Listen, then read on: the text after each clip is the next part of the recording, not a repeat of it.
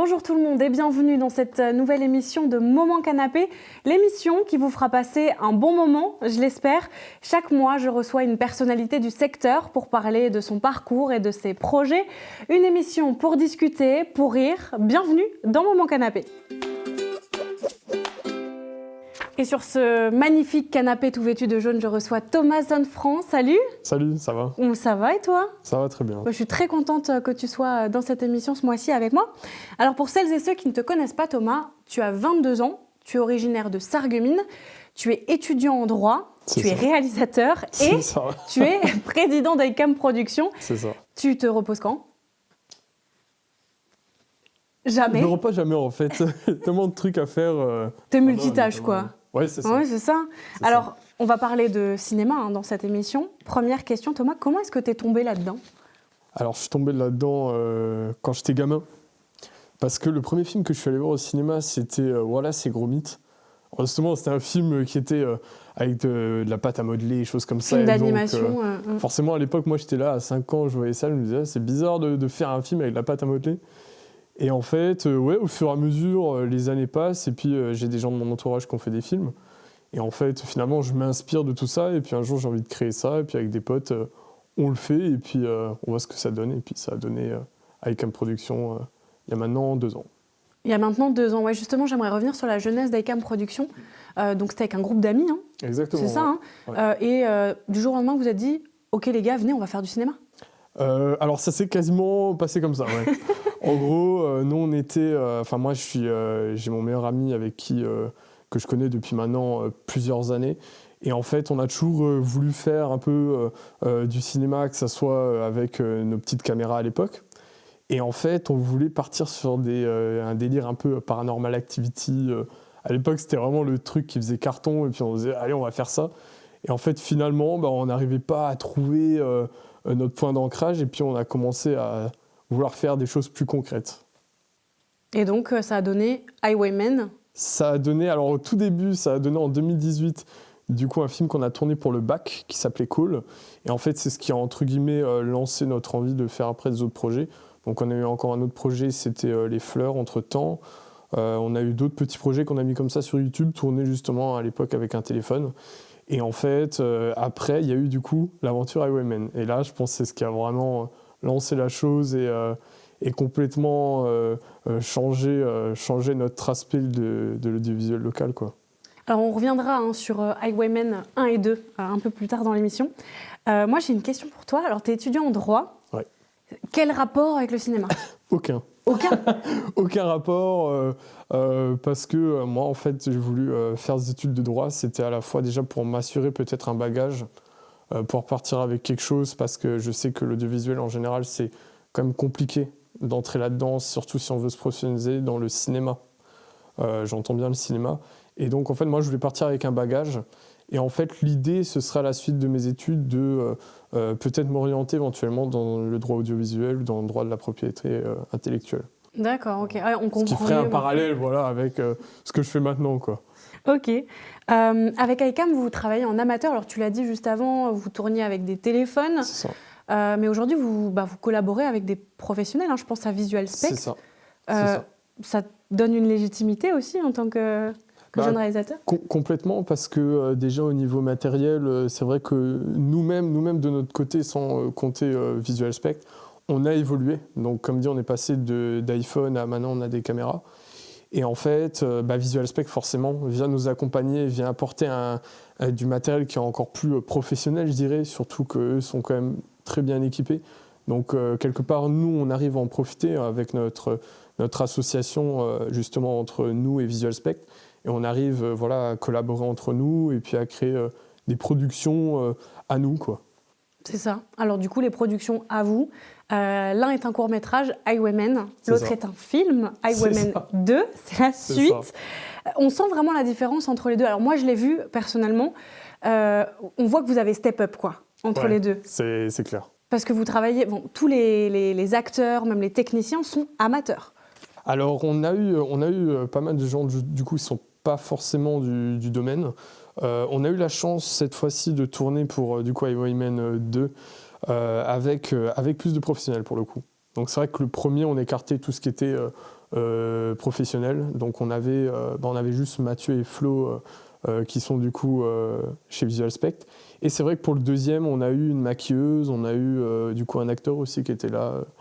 On a eu on a eu aussi un ingé son. Exactement, notre mixeur son qui vient d'Alsace, qui a pris notre film et puis qui a tout de suite adhéré à l'aventure.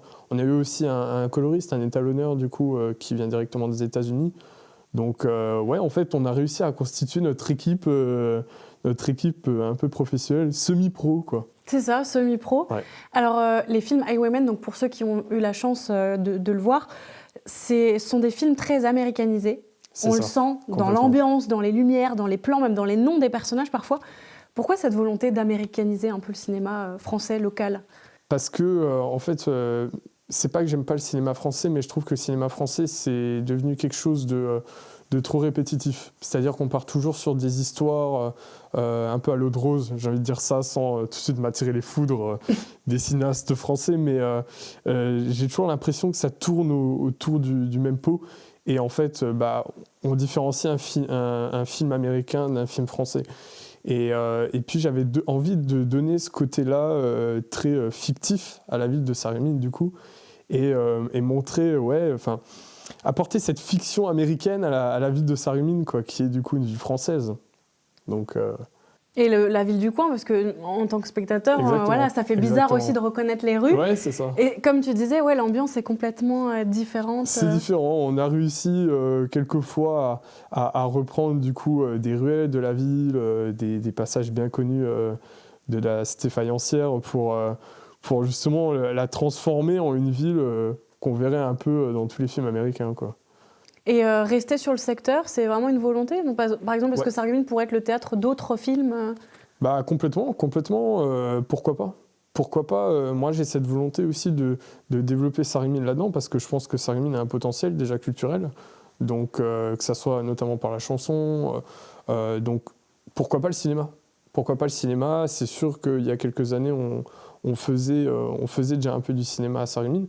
Mais là, j'ai vraiment envie, j'ai moi-même la volonté et les gens de notre association de développer le cinéma local et pourquoi pas après développer tellement la chose qu'on en ferait des vrais films, quoi. Et est-ce que tu as déjà collaboré par exemple avec Anya Gawer, parce qu'elle aussi elle est réalisatrice Alors non, je sais qu'Anya est réalisatrice, j'étais à la avant-première de son dernier film Comme des grands. Malheureusement, j'ai pas encore eu la chance de travailler avec elle. Je pense que si j'avais cette chance-là, je pense que ce serait un réel plaisir, parce que elle a sa manière de fonctionner, j'ai la mienne.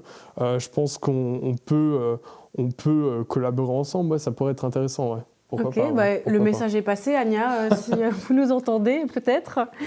Alors, je passe à une autre question. Dis-moi. T'es plutôt film ou série ?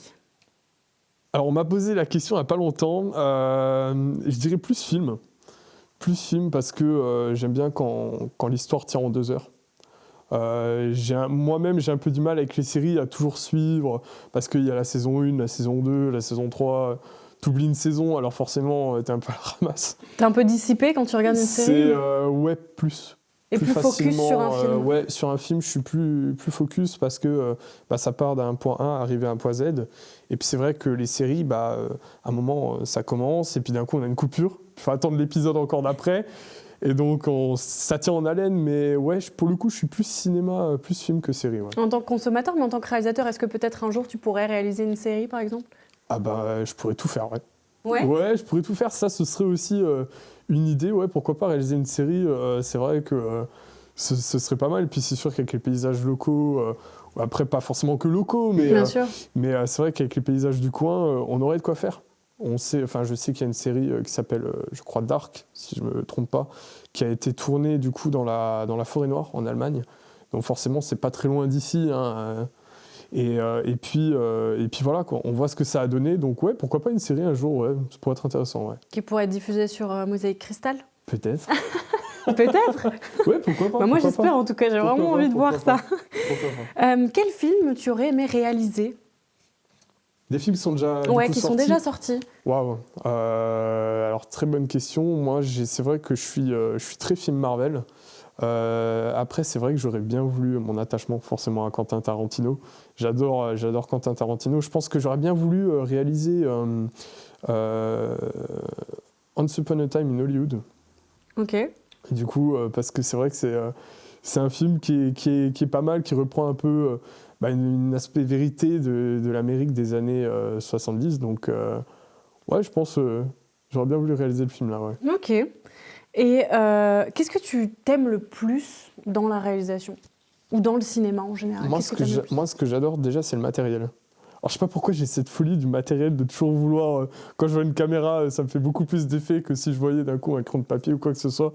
Donc, en fait, c'est vraiment mon attachement déjà au niveau du matériel. J'adore le matériel du visuel. Je sais pas pourquoi. Je sais pas pourquoi. C'est ton truc. Mais voilà, c'est mon truc. Et donc, forcément, en fait, j'aime bien tout le côté préparation. Déjà, je suis pas très pré-production, donc tout ce qui est partie écriture scénaristique, généralement, c'est pas le truc qui me passionne le plus.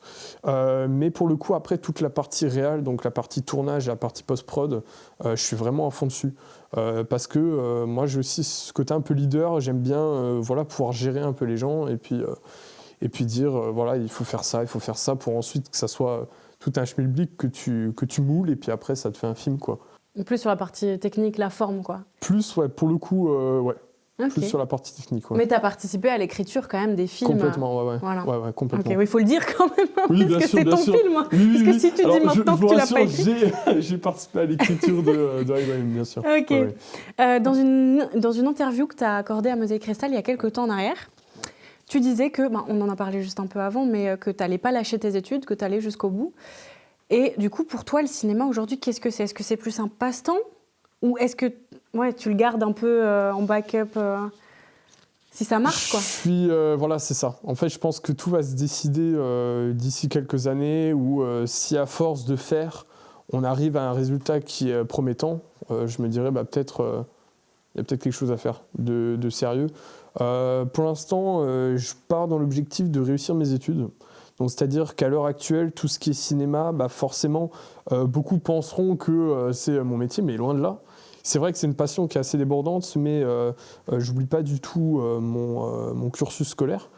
Et après ça, je me dirais, il est temps de faire un choix, qu'est-ce que je fais? Donc éventuellement, pourquoi pas l'idée du cinéma, ça reste dans ma tête, dans une case dans ma tête. Ouais. Pilule bleue ou pilule rouge, quoi. C'est ça. Il va falloir choisir. On attendra, on aura la suite plus tard, donc. C'est ça. Est-ce que tu peux nous donner des anecdotes de tournage? Wow, alors j'en ai plein. Qu'est-ce que tu Une qui te vient en tête Une qui me vient en tête. Alors, c'est pas vraiment une anecdote de tournage, c'est plus quand Clovis Cornillac était venu à Sarreguemines, il y a maintenant quelques mois. J'ai réussi à l'intercepter un moment pendant qu'il était du coup un peu dans la entre guillemets loge du coup du cinéma. J'ai intercepté, bonjour monsieur Cornillac, est-ce que vous pouvez juste me signer mon scénario? Et puis il a pris le stylo et il m'a signé mon scénario, il a regardé et il a fait je vois que ça tiendra la route ça. Puis finalement, voilà quoi, après il est parti, on a discuté un peu et puis il m'a signé mon truc. Alors j'aurais pu le ramener aujourd'hui, mais du coup j'ai la signature de Clovis Cornillac sur le scénario de Highwaymen. Incroyable. Donc ouais, ça c'est marrant. Après, bon, ça c'est plutôt pour la partie un peu fun. Après, une anecdote de tournage, waouh, il y en a tellement. Je pense que l'anecdote de tournage qui revient le plus, ça a été, je pense, la scène finale qu'on a tournée, toi qui as vu le film, la scène finale du film qui a été tournée entièrement la nuit. Alors en fait, ça a été, c'est pas que ça a été une galère, mais je pense que mentalement, tout le monde était HS. C'est-à-dire qu'on a fini le tournage, on a commencé le tournage, il était 21h, je crois, quelque chose comme ça. Je compte pas toute la partie install depuis 14h l'après-midi en pleine cagna, parce que c'était en juillet. Et en fait, de 21h à 6h, 6h30 du match, je crois, on n'a pas arrêté de tourner. Mais on n'a pas arrêté de tourner. Et en fait, après, moi, je me souviens encore d'avoir des douleurs au tibia, ce que je n'avais jamais eu avant. Comment c'était possible d'avoir des douleurs au tibia? Parce que trop longtemps debout? Je pense, ouais. Après, il n'y avait pas que moi. Moi, c'est vrai que je me plains de ça, mais c'est vrai qu'après, il y a toute l'équipe derrière aussi qui a, je pense, aussi morflé. Et puis, c'est toujours énorme de, entre guillemets, subir des choses comme ça ensemble. Puis après, s'en rappeler et dire, vous vous souvenez de ce qu'on avait fait et tout. Mais je pense qu'il n'y a pas que moi, je pense que même toute l'équipe a retenu des bons souvenirs sur le tournage, donc c'est l'essentiel. Non, tant mieux. On va parler un peu côté promo. Highwaymen 2, alors le 1 est disponible sur YouTube. Sur YouTube, ouais, c'est ça. Le 2, alors tu parlais d'un projet de plateforme de streaming. Exactement. Qu'est-ce qu'il en est aujourd'hui ?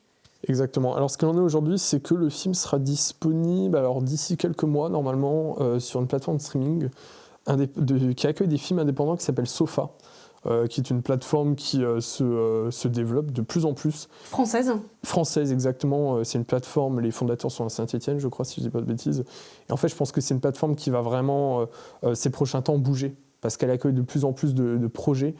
Et en fait, nous, notre choix de mettre sur Sofa, c'est quelque part pour surpasser YouTube. C'est-à-dire qu'un travail comme ça, moi-même et plein d'autres dans la sauce, un travail comme ça, c'est tellement de mois de travail, de dur labeur, entre guillemets, que juste le mettre sur YouTube, c'est dommage. Ce serait dommage. Donc, quelque part, nous, on a aussi envie de toucher un autre public et puis de professionnaliser un peu le film en distribuant sur des plateformes de streaming, ouais. Ok, bah c'est déjà super chouette. Ouais, bah carrément. J'aurais jamais une cru. Date alors, une date, pas encore. Okay. Pas encore. Je sais, ce sera dans quelques mois, courant mars-avril. Mais pour l'instant, on n'a pas de date précise. Okay. Parce qu'en fait, ils fonctionnent par trimestre. Et donc, le truc, c'est que nous, on envoie le film et puis après, ça arrive dans leur catalogue. Et puis, à tel et tel trimestre, le film est distribué. Donc, voilà. Le film sera disponible uniquement pour le moment là-dessus. Ok, bon, bah, super. Ouais. Trop bien. Ouais, c'est cool. Pour revenir à la réalisation, à la fin d'Highwaymen 2, alors je ne vais pas spoiler les téléspectateurs, ceux qui ne l'ont pas vu, mais nous, on l'a vu en avant-première au Cinéma Forum de Sarreguemines. Il y a eu un petit passage avec une DeLorean. Exactement. C'est quoi cette histoire ? Alors, cette histoire, elle est folle. Je pense que... Ah bah voilà, c'est l'anecdote que j'aurais dû raconter, c'est vrai. En fait, cette histoire, elle est folle parce que moi, je suis un fan de Retour vers le futur, un très grand fan de Retour vers le futur. Et en fait, quand j'étais gamin, j'ai toujours... je sais pas pourquoi la DeLorean, c'est le truc qui fait rêver un gamin de 9 ans.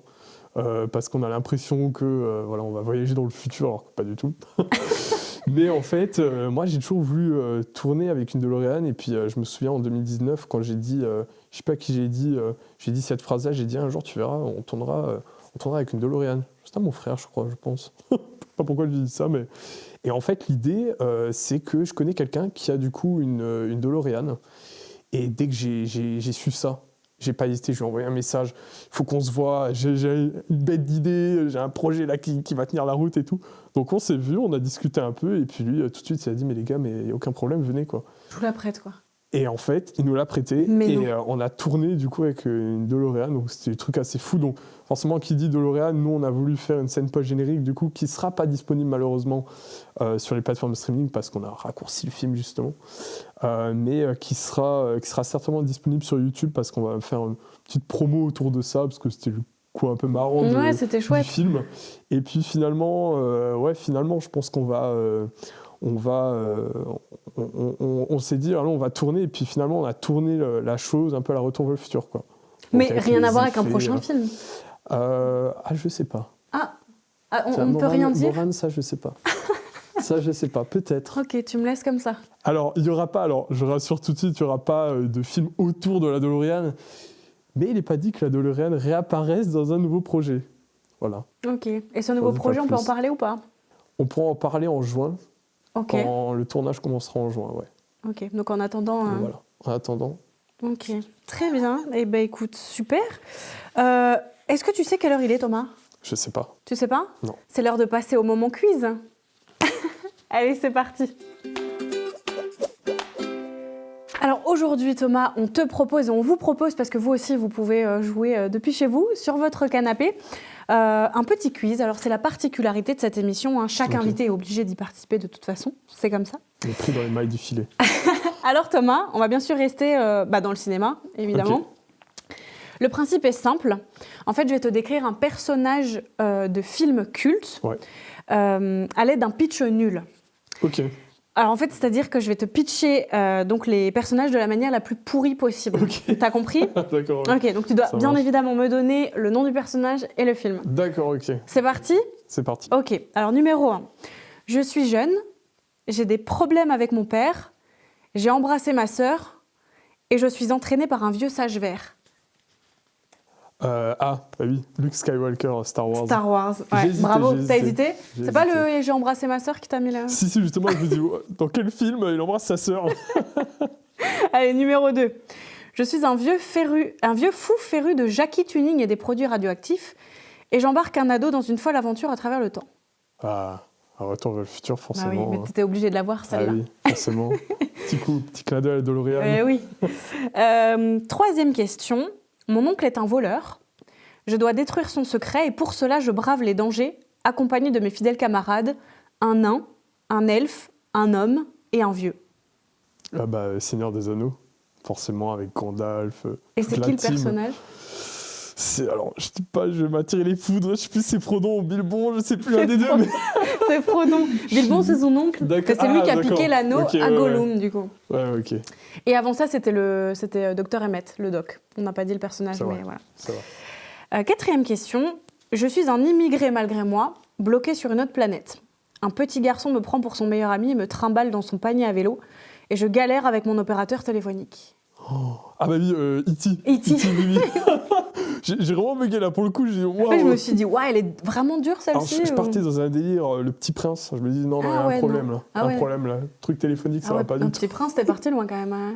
Ouais. Ouais. Ok, et dernière question. Après ça, c'est terminé. Je porte le manteau de Colombo. Je fais d'ailleurs le même métier que lui. Je fais des blagues nulles. Et j'espère pécho ma collègue grâce à ça. Je traque des meurtriers qui m'échappent à chaque fois. Ah, forcément, notre inspecteur préféré, hein, l'inspecteur Ronan. Inspecteur Hubert. Highwayman, l'inspecteur Ronan Hubert. C'est ça, de Highwayman. Alors pour ceux qui ne l'ont pas vu, vous pouvez le voir sur YouTube, on le rappelle. Mais oui, c'est bien l'inspecteur Hubert. D'ailleurs, c'est du 1 que je parle, hein, parce que le 2, c'est encore différent, donc il ne faut pas spoiler. Mais bravo Thomas, c'est un sans faute. Bravo, franchement, t'es trop fort, quoi. On est fan de cinéma, on l'est pas. Oui, bah oui, non, mais c'est pour ça, franchement, je t'ai trop sous-estimé, quoi. On arrive à la fin de cette émission. Alors, j'ai juste une toute dernière question pour toi, Thomas. Dis-moi. Est-ce que t'as passé un bon moment? Excellent. Excellent? Excellent, c'était top. En plus, on parle de cinéma, donc forcément. C'est magnifique. Cool. Dans un super décor? Dans un super décor. Sur un super canapé? Exactement. Il est confortable ou pas? Très confortable, très belle couleur, très belle déco. Merci. C'est super. C'est de moi. Merci beaucoup. En tout cas, merci d'avoir été sur ce canapé avec moi, Thomas. Et merci à vous de nous avoir suivis. Alors, on se donne rendez-vous l'année prochaine. En attendant, passez de très belles fêtes de fin d'année et encore un joyeux Noël sur Mosaïque Cristal.